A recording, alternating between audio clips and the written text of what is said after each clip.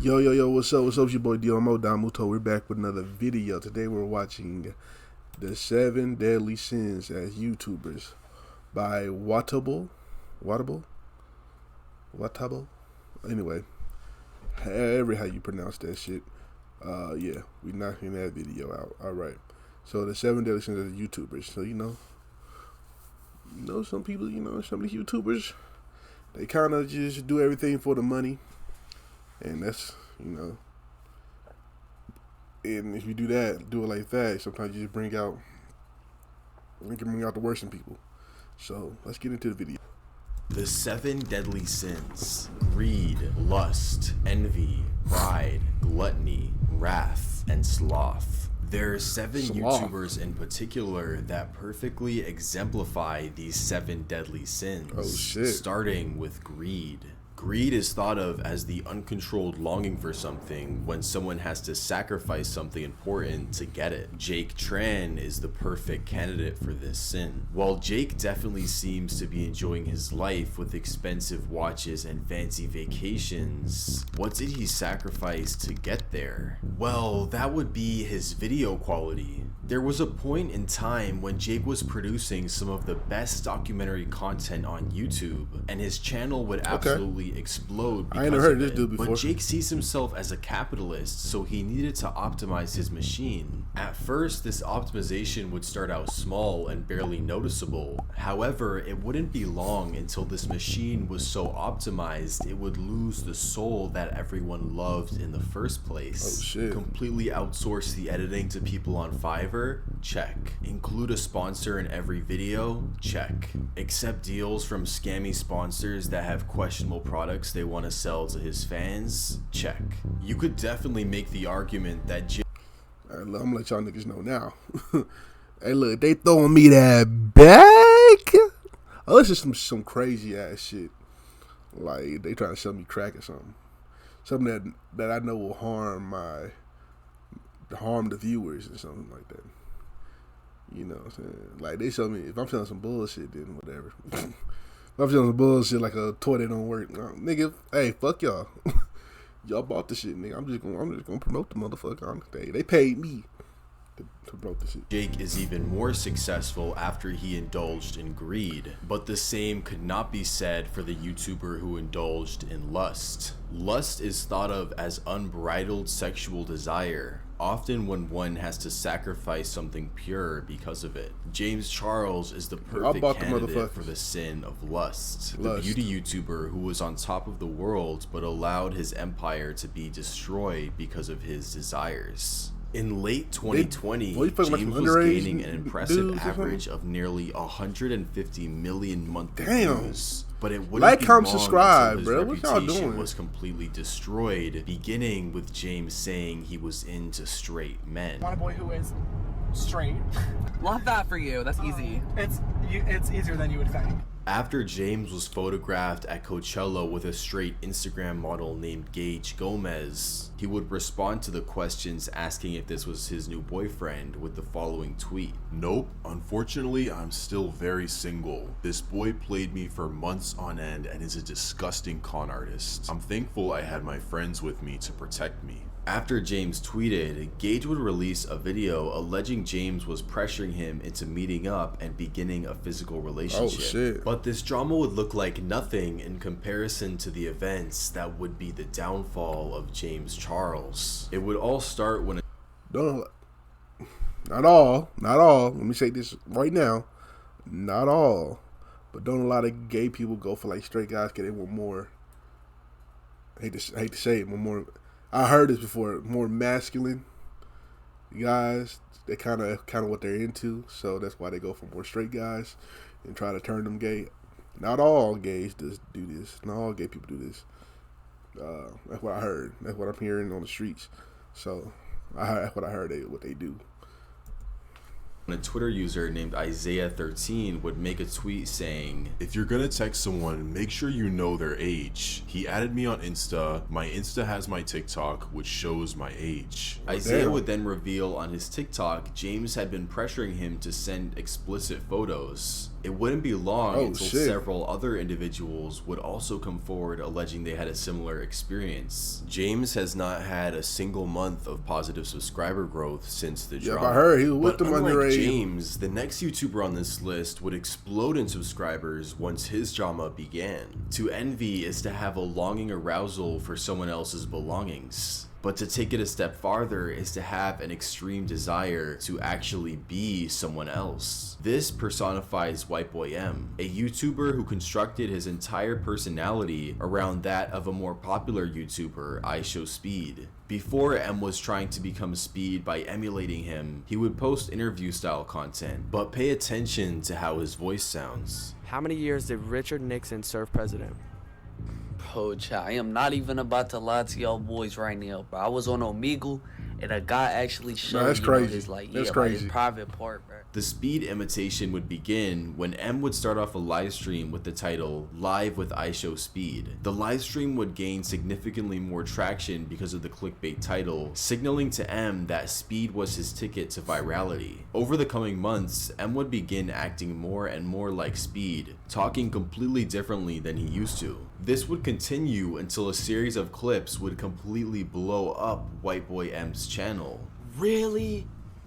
I have 14 out of 15 bubbles, bro. Are you serious right now, bro? But internet success from directly copying someone else is never sustainable in the long run, which is reflected by M's statistics. Damn. While Whiteboy M would be considered somewhat of a small YouTuber, the next YouTuber on this list is one of the biggest on the platform and is representing Pride. I mean, he doing his Pride thing is now with the defined wrestling as shit. dangerously corrupt selfishness, putting one's own desires, urges, wants, and whims before You the talking about welfare the of forest others. shit? If we take a look at the events that transpired in Logan Paul's YouTube career, Pride would be a perfect descriptor to summarize them. Starting with his early Vine days, which could best be described as him acting like a public nuisance. Pride could certainly be seen in these type of hell? videos because he was acting like an idiot, annoying the public for his own personal gain. But Logan Paul's prideful actions That's would like every only get worse nigga that was from on here Vine. on Come on, out. son. The major event we could point to would be when Logan filmed a vlog in Nah, a this was Japanese crazy, though. forest, which is colloquially called the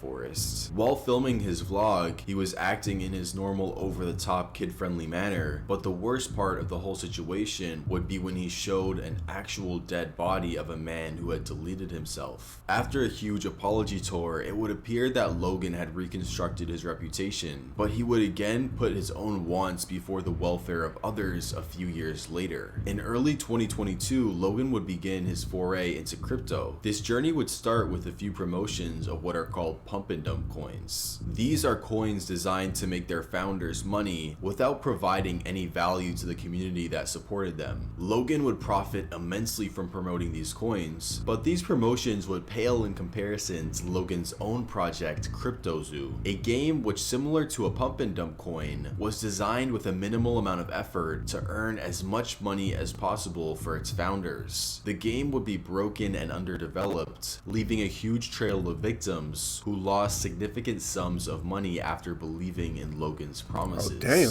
While Logan Paul is big on YouTube, this YouTuber is also big, but in a different way, Chill and out, is chill our out, chill out, candidate chill out, for chill out, gluttony. Chill, Gluttony chill, chill, is chill, the chill. overconsumption. Chill. I don't know. I ain't never watched this guy's channel. To be honest, I ain't never watched none of these people's channels before. I watched videos with James Charles, but he was doing shit with Shane. I used to watch Shane Dawson shit, but I used to watch this conspiracy shit. But so this I don't know how the fuck you started mukbanging and just started going crazy and just eat Consumption and anything. That shit crazy, overindulgence though. in something to the point of waste. The genre of YouTube videos known as mukbang would be the perfect candidate to represent gluttony, as the videos involve preparing an ungodly amount of food and then attempting to finish it. But when choosing a specific YouTuber to represent gluttony, Turn it them would have up. to be Nikocado Avocado. Nikocado Avocado, otherwise known as Nicholas Perry, would He begin noodles videos with YouTube channel in fucking Colombia Takis? documenting his vegan life when he moved there with his then boyfriend. He would cover various things about his lifestyle, but his channel would only start gaining a decent amount of traction on his videos when he ate food in front of the camera, otherwise known as a mukbang. At first, these mukbangs would start out with a somewhat reasonable amount of vegan food and usually involve Nicholas finishing it. But about a year into his YouTube journey, Nicholas would make a video stating his frustrations with the vegan community and saying he would be departing from it. From this point forward, although his dishes were still very healthy, they would occasionally start containing meat in them. But being in the mukbang niche meant that to stay interesting and compete against the other YouTubers, Nicholas would have to up the portions and the visual intrigue of the food he was eating. So it's the viewers' fault. So you niggas made this nigga. Okay, y'all ain't make him fat, but nah, it's to keep the viewers up. I'm pretty sure his viewers still pretty big. He had to, up the proportions of his food and made him more healthier, more crazier, just to keep the views up. Now that is his fault, but partially to blame is the viewers' fault as well. Can we say that? Can we say that? You know what I'm saying? He probably getting a bunch of likes, the money coming in. So it's like, why stop? You know what I'm saying? It is his fault for being unhealthy. You know what I'm saying? It's my fault right now. I'm unhealthy as well. So, I don't know. Think about that. The food Nikocado Avocado was eating began to become increasingly unhealthy and the portions larger as time went on. With this gradual change, his weight would increase as well, transforming the once skinny vegan YouTuber into a morbidly obese person that uses a mobility scooter to get around. Nikocado went from vegan to meat lover, and the next YouTuber would be very angry at him, which is perfect because she's our candidate for Wrath.